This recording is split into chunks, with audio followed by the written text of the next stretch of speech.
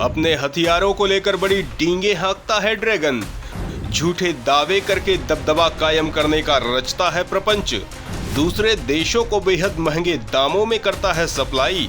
दोस्तों, चीन दुनिया भर में इस बात का दावा करता है कि उसके पास बेहद खतरनाक और रिलायबल हथियार हैं। अपने दावों के दम पर वो दुनिया के तमाम देशों के साथ बड़े करार कर चुका है और इन हथियारों के बदले इन देशों से बड़ी कीमतें वसूली हैं। लेकिन चीन के हथियार वक्त वक्त पर बेकार साबित हुए हैं, जिससे चीनी दावों की पोल खुल गई है। दुनिया ड्रैगन पर विश्वास नहीं कर पा रही है। चीनी हथियारों से दुनिया किनारा कर रही है। सवाल उठता है कि चीनी हथियारों से दुनिया के तमाम देश किनारा क्यों करने लगे हैं? इन हथियारों की विश्वसनीयता पर क्यों सवाल खड़े हुए हैं? किस देश में चीनी हथियार साबित हुए बेकार? तो दोस्तों, चीन इस बात का दम दुनिया के सामने भर रहा था कि हाई एल्टीट्यूड एरिया के लिए उसके पास सबसे बेहतर हल्के टैंक मौजूद हैं।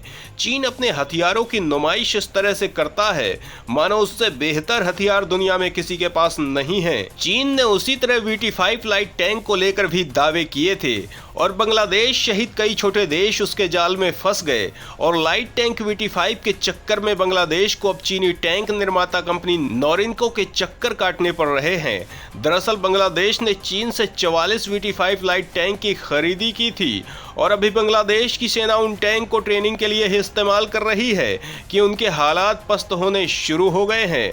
सूत्रों के मुताबिक जो दिक्कतें बांग्लादेश की सेना को आ रही है और जो जवाब चीनी कंपनी की तरफ से दिया जा रहा है वो भी बहुत दिलचस्प है। सूत्रों के मुताबिक ऑक्सिलरी पावर यूनिट और नट बोल्ट में जंग लगना शुरू हो गया है। टैंक में लगे बोल्ट को मेंटेनेंस के लिए खोल दो तो वो ठीक से लग ही नहीं रहे हैं। 100 किलोमीटर के ड्राइविंग टेस्ट से पहले ही ट्रैक पर लगे 11% से ज्यादा रबर ब्लॉक में क्रैक आ गया तो 9% तो पूरी तरह से फट गए। जब ये शिकायत चीनी कंपनी को दी गई, उसकी जांच के बाद चीनी कंपनी ने जो वजह बताई वो चौंकाने वाली है। सवाल उठता है कि आखिर चीन ने इस मामले में क्या दिया है जवाब? खराबी का क्या कारण बताया गया? क्यों चीनी दावों का दुनिया भर में बनाया जा रहा मजाक? तो दोस्तों, इस बारे में जानने के लिए वीडियो को आगे देखिए।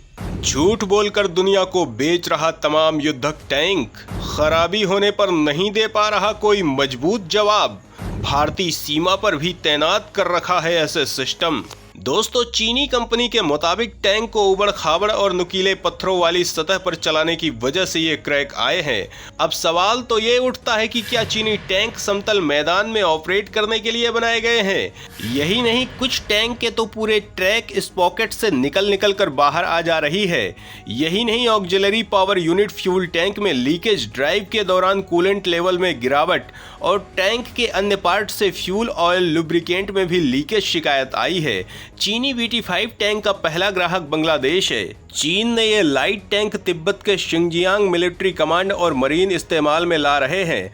अगर इसके आर्मामेंट की बात करें तो 105 mm राइफल्ड गन लगी है और एक बारी में ये टैंक 105 mm के 38 राउंड इमोन्यूशन को लेकर चल सकता है। टैंक का बैरल प्लेन होने के चलते इसमें एंटी टैंक गाइडेड मिसाइल भी दाग सकता है।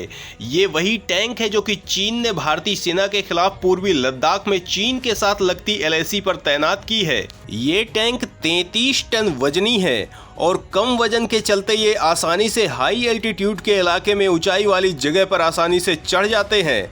ऐसा दावा इन टैंक को लेकर चीन की तरफ से किया जाता रहा है, चूंकि दुनिया में टैंक ही ऐसा है जो कि किसी भी तरह के इलाके में ऑपरेट कर सकते हैं। लेकिन हाई ऑल्टीट्यूड एरिया में इस्तेमाल के लिए बनाए गए टैंक समतल इलाके में भी ठीक से चल नहीं पा रहे हैं। इससे साफ हो रहा है कि चीन ने घटिया टैंक बांग्लादेश को बेच दिए। दोस्तों, चीन अपनी इन हरकतों के लिए दुनिया भर में कुख्यात है और वक्त वक्त पर ऐसे हथियारों की पोल खुलती रहती है। भिखारी पाकिस्तान को भी हथियारों के नाम पर ऐसे कचरे चीन बेचता रहा है, लेकिन कर्ज में दबा पाकिस्तान इस तरह का कचरा लेने को मजबूर रहता है। वहीं जब पाकिस्तान इस तरह के हथियारों पर सवाल खड़ा करता है तो बदले में चीन उसे ही लताड़ लगा देता है। वहीं कटोरा लेकर दुनिया भर में भीख मांगने वाले शहबाज की जरूरत नहीं होती कि वो ड्रैगन पर सवाल खड़े कर सके। दोस्तों, ईरान के अटैक में एक बार फिर चीनी हथियार बेकार साबित हुए हैं। ड्रैगन के दावों की हवा निकल गई है। सवाल उठता है कि आखिर ईरान के अटैक में किस तरह पस्त हो गए चाइनीज हथियार, किस बात पर उठ रहे हैं सवाल, क्यों बिलबिला रहा ईरान। तो दोस्तों इस बारे में जानने के लिए वीडियो को आखिरी तक देखिए। चीन के दम पर ईरान ने विकसित की है मिसाइल इंडस्ट्री। हमले के दौरान 50% मिसाइलें लॉन्च में हो गई फेल। दोस्तों ईरान द्वारा इजराइल पर हमले के दौरान जो रिपोर्ट्स आई उसकी माने तो लगभग 50% ईरानी मिसाइल लॉन्च होने और अपने लक्ष्य तक पहुंचने में विफल रही, जिसने ईरान को दिए गए चीनी मिसाइल तकनीक की पोल खोल दी और चीन की रक्षा तकनीक भी सवालों के घेरे में आ गई है। एक रिपोर्ट की माने तो ईरान ने इजराइल के खिलाफ 170 ड्रोन से 13 अप्रैल को हमला किया और इजराइल ने सभी को रोक दिया। इन 120 में से 108 बैलिस्टिक मिसाइलें थी जिनको प्रभावहीन कर दिया गया। इसके साथ ही 30 क्रूज मिसाइलों को भी इजराइल द्वारा रोक दिया गया। ऐसे में ईरान की यह विफलता उन देशों के लिए चेतावनी है जो चीनी रक्षा आयात पर भरोसा करते हैं। दोस्तों द स्ट्रेटेजिक स्टडीज इंस्टीट्यूट के अध्ययन की माने तो पिछले कुछ वर्षों में चीन से ईरान ने हथियारों का आयात कम कर दिया है और इसकी सबसे बड़ी वजह चीनी हथियारों की गुणवत्ता में कमी है। ईरान ही नहीं, चीनी सैन्य उपकरणों की कमियों को पाकिस्तान, नाइजीरिया, म्यांमार और थाईलैंड जैसे कई और देशों ने भी अनुभव किया है। ऐसे में अब यह देश अपनी सैन्य जरूरतों के लिए चीन पर निर्भरता कम कर रहे हैं।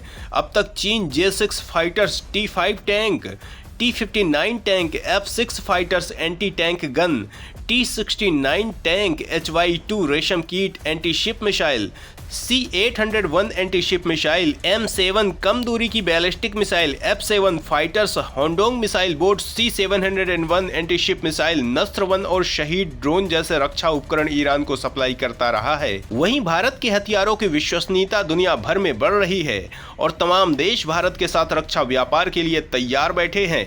दोस्तों यही हाल रहा तो चीन का रक्षा व्यापार बर्बाद हो जाएगा, जिसके दम पर वो बड़ी ताकत बना बैठा है। तो दोस्तों इस बारे में आप क्या सोचते हैं कमेंट में बताना ना भूलें।